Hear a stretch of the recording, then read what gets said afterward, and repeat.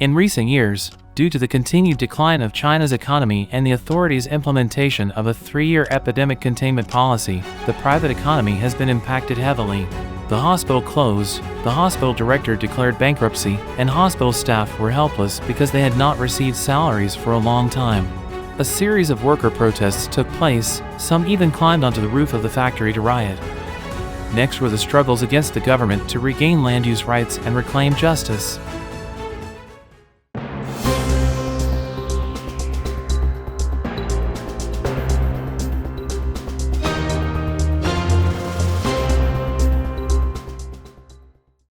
Shandong Hospital director goes on hunger strike due to 8-month unpaid salary.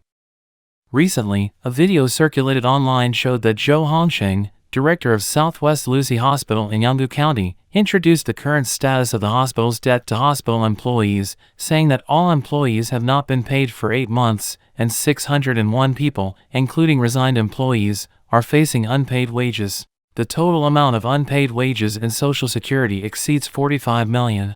The hospital has almost run out of medicines and materials and will be unable to operate immediately. Many employees of Southwest Shandong Hospital were holding banners that read, "Please give the 400 employees a chance and please give Southwest Shandong Hospital a chance to reorganize." According to reports from Top News in Xi'an, Ms. Liu from the Human Resources Department of Southwest Shandong Hospital said that it is true that the hospital owes 601 people more than 45 million yuan in salary, and the hospital has not yet found a solution. Dean Zhou Hongsheng shouted to the hospital's creditors in the video, saying that there are already investors interested in making strategic investments in the hospital, hoping to give the hospital a chance to reorganize.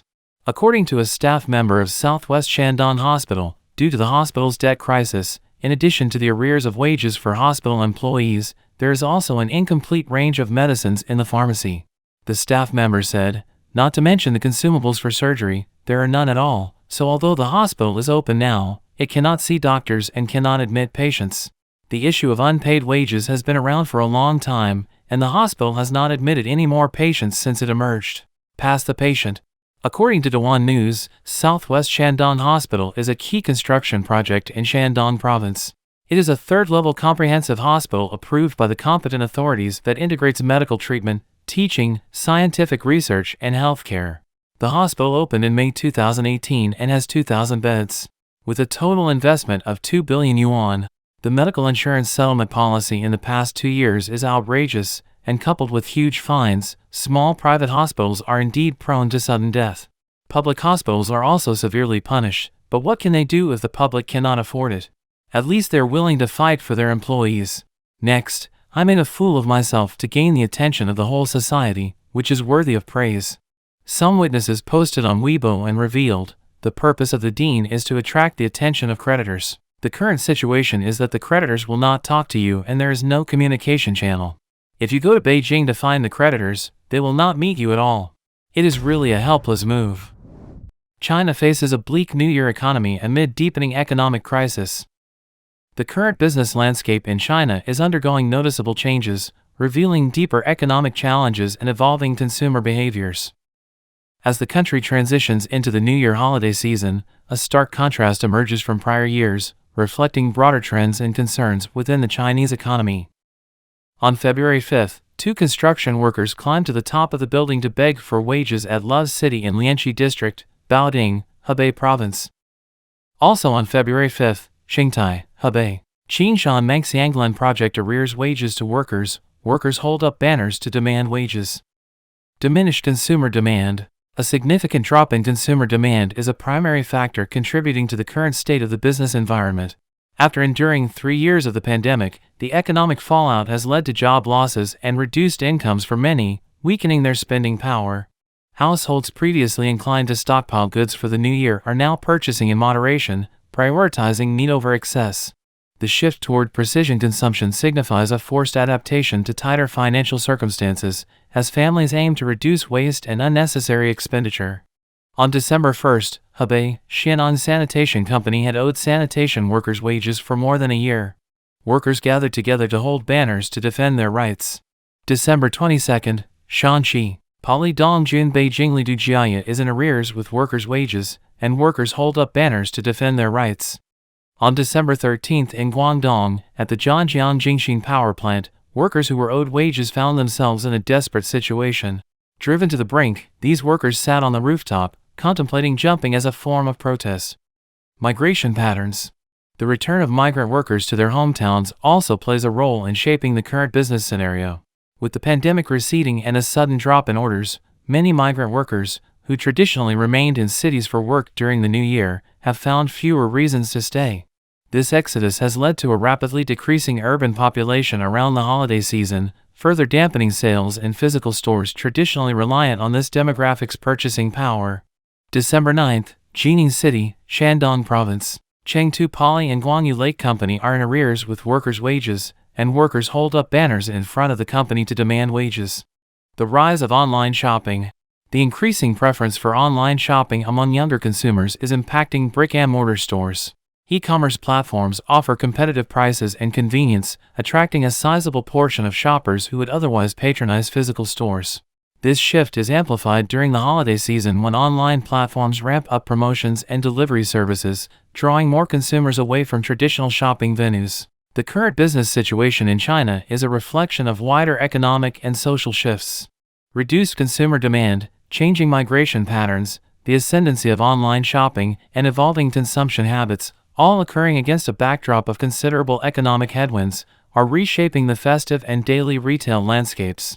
As optimism wanes and pragmatism takes hold, the concept of surviving becomes central to understanding the mood of consumers and businesses alike. The once vibrant New Year market, a symbol of prosperity and excess, now stands as a testament to a society adapting to a new economic reality, marked by caution and restraint. The roadblock in Fujian, a fight for fair compensation. On November 13th, in Jinshan Village, Jiamei Town, Longxi District, Taiwanese Investment Zone, Zhangzhou City, Fujian Province, hundreds of villagers continued to sell off the village's stone resources because they were dissatisfied with the village committee's land sale without paying any money. Then blocked the entrance to the village, causing serious traffic congestion on this section of National Highway 228 from Xiamen to Zhangzhou, and a large number of vehicles were stranded. It is understood that on July 20th this year, Shanghai Huachang Group acquired 140 acres of land in Jinshan Village for 530 million yuan and planned to build a hotel, but the villagers have not received compensation so far. Another video from November 13th showed that hundreds of villagers gathered at the gate of the construction site to protest. A villager in Jiamei Town, Zhangzhou, there are many demolitions in Jinshan Village, and the compensation is very small. The money has not been taken. Some unit in Shanghai is going to build a hotel, but the construction has not started yet. Villagers in Jiamei Town disclosed that land in many local villages was forcibly expropriated and the compensation was very low, only tens of thousands of yuan per acre. Some of the compensation was embezzled by local officials. Many villagers did not receive compensation. Some people have been defending their rights for more than 10 years. There were no results and they were suppressed. Another villager in Jiamei Town, Zhangzhou, several villages here in Jiamei have occupied land for real estate development. Our own land has been expropriated, but we have not agreed and have not been compensated. It has been delayed for more than 10 years. It's been years since we appealed several times, but to no avail. Public information shows that there are thousands of companies in Jiamei Town, and the town is continuing to expropriate land. As of May 2023, the land acquisition scope involves 8 towns and 17 villages, including Jinshan Village, Dongshan Village, and Quoto Village in Jiamei Town. The strike in Hebei, a market in despair. Also on November 13th, thousands of merchants went on strike outside the Shanghai center of Chenghuanqing International Auto Parts City in Shanghai County, Langfang City, Hebei Province to protest against the auto parts city's breach of contract and rent increase. Some merchants said that after they had just paid their rent and management fees in October, the auto parts mall violated the contract in November and demanded an additional rent of more than 20,000 yuan. In the economic downturn, they really can't stand it. A merchant at the Huanqing Auto Parts City in Langfang City, rents are expensive now.